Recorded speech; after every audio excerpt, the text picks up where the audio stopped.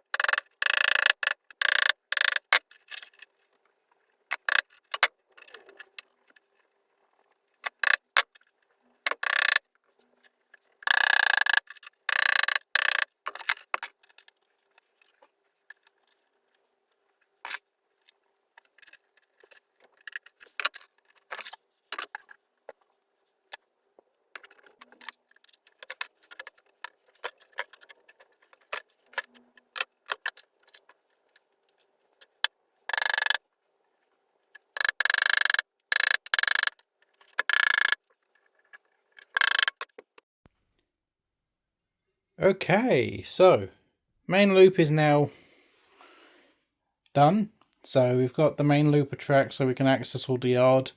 We've got the reversing loop in as well. You're going to notice I've got an awful lot of stock out, as I will soon be making the sidings, but I need to test run most of my stock around this central line, as this will be how it gets from the yard to the upper level from anywhere in the yard level. And at the moment it's my only means that I can actually run my stock, so needless to say I'm quite happy to be able to run stuff again.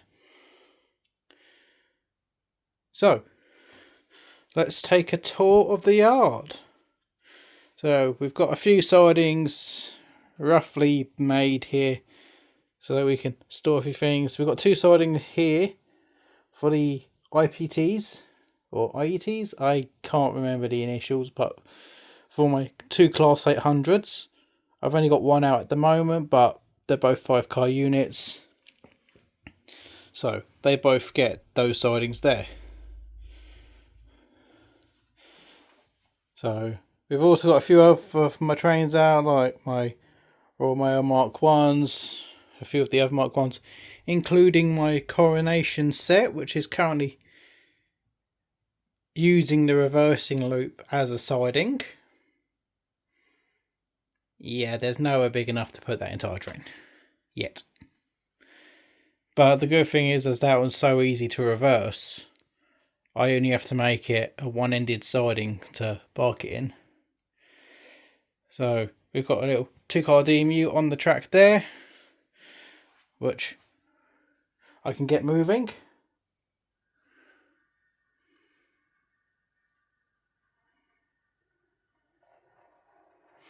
And then we can just follow that around the layout.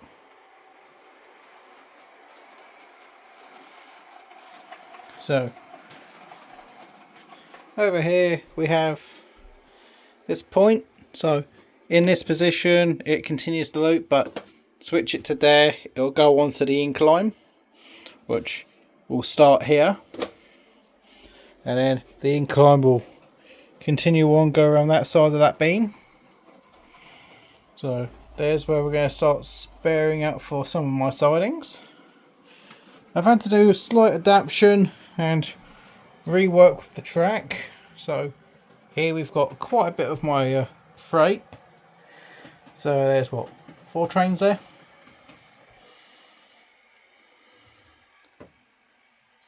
So they'll probably be stored in this little section. I do have another freight train, a container train, 8-car, that I haven't got out as of yet. I know exactly where it is, but just haven't got it out yet. So we did have the freeway point there, where that track join is, but opted to move it further around onto this back corner. So it'll split off around the back and then go around the corner, and split off inside here and go around. Same on this side, they'll split off and then head round the associated sides. Makes a great sound as the trains come over, which DMU is on its way back for.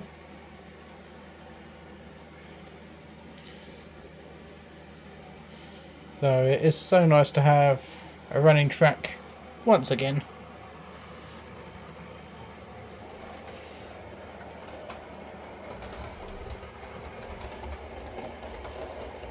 I've got to say, first time I'm using freeway points as well, so this is going to be fun to set up. So around here we've got more trains. Haven't built any of the sidings yet, just got some track coming off that one so I could store something longer. Wasn't long enough for a 7-car APT by 2 coaches. So probably the first time I'm showing half the stock I've got. So you can see I've got a variety of liveries of areas and ranges and eras. But that's what I like, so I'll probably keep going. So yeah, we've still got quite a bit of track salvage from the old layout, so have not had to purchase any new rails, which is cool. Still using all my old points, so we've got a small stack of points here. I'm probably not going to have enough to do the entire yard. I've had to buy a couple new points, including these freeways. There's, what, 6 of those at the moment, and that curve point for the hit and climb. They are all brand new.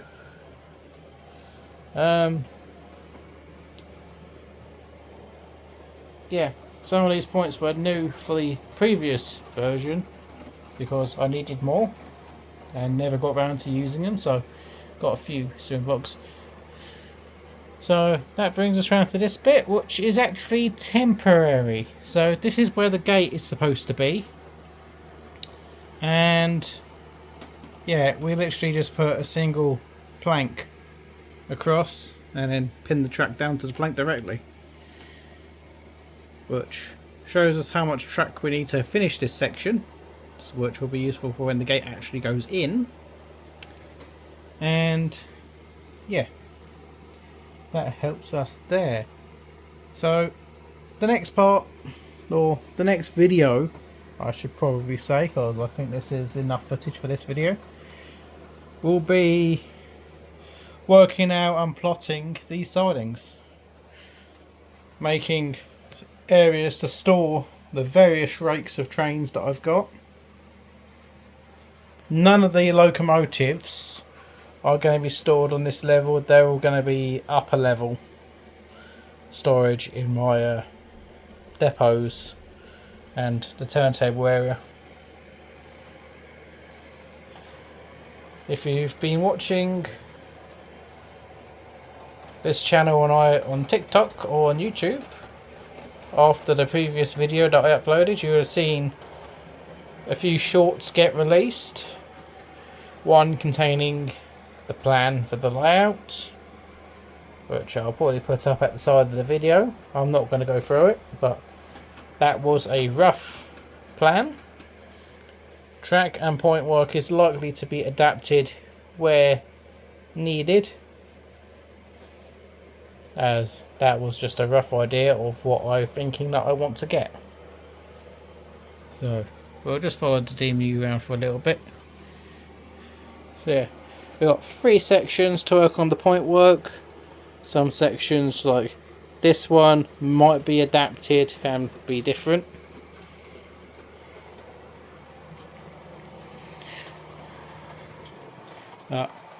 Most stock is now getting around without issues. Some need their couplings height adjusted, as usual.